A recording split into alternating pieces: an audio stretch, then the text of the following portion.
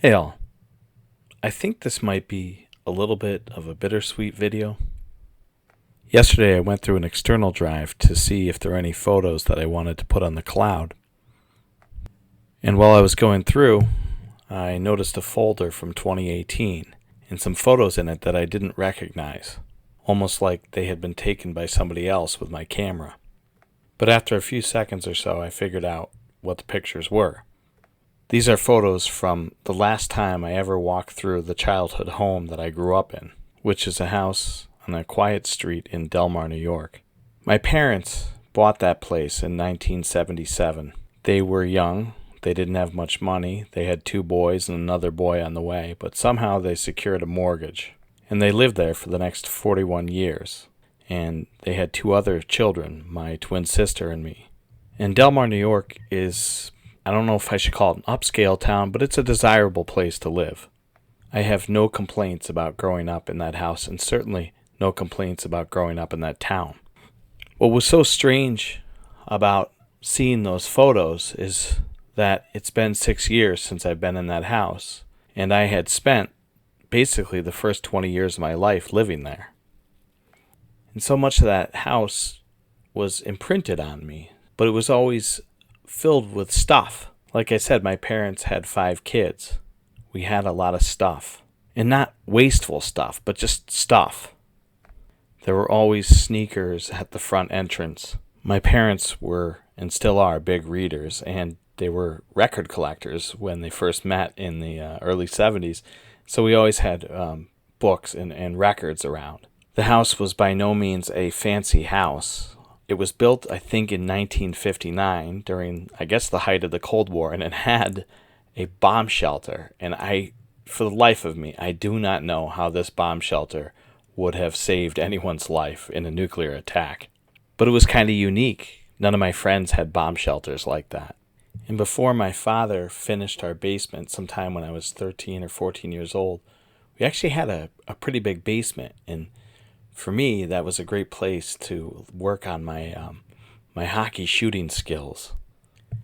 My parents weren't the type of people that manicured their lawn. We had crabgrass, but we had this big backyard, and I spent a lot of time out there. And I spent a lot of time in that neighborhood, just like walking around. But at some point in the early 2000s, all of my parents' 5 children had moved on. We were out of college. We were no longer back there to live. I lived nearby and I visited a lot. I even did my laundry there sometimes. But by and large, for about the last 18 years or so that my parents lived in that house, it was them and their cats. And my parents at some point decided to do what a lot of people do when they're seniors, which is to downsize, which is something that they should do.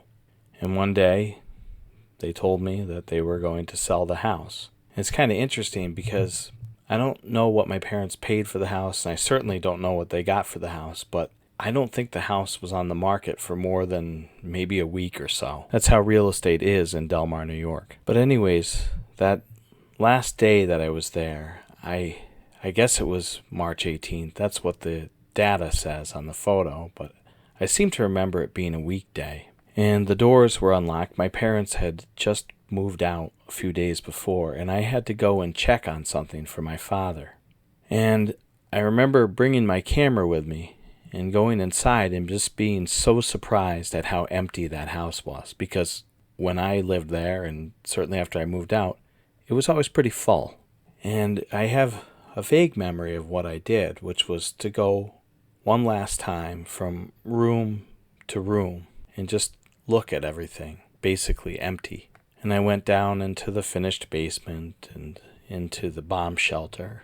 And I went up into the living room and then up the stairs into the first bedroom that I ever remembered living in, one that I shared with my twin.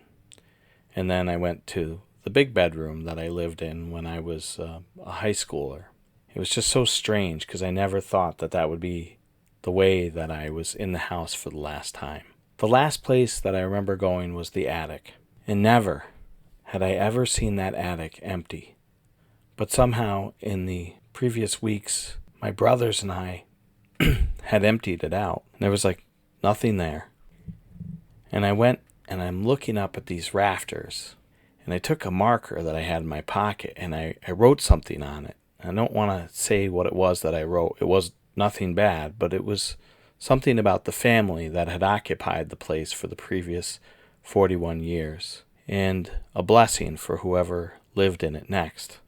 I don't know who bought the place, and I don't know who lives there now.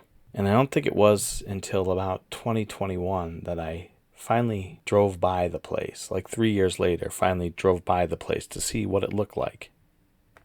I remember when I was a young kid, a man and a woman pulled up, and they just stopped outside the house for a moment and said hello and told us that they had grown up in the house. I think they were a brother and sister. But I have no interest in doing that because I think it's kind of weird. But I'm proud when I look back at it, at what my parents had done to make that house so livable for us. It was nothing fancy, particularly for Delmar, but they raised 5 kids in that house. They brought 3 kids into the world in that house. And on the balance of it, I have very good memories of that house.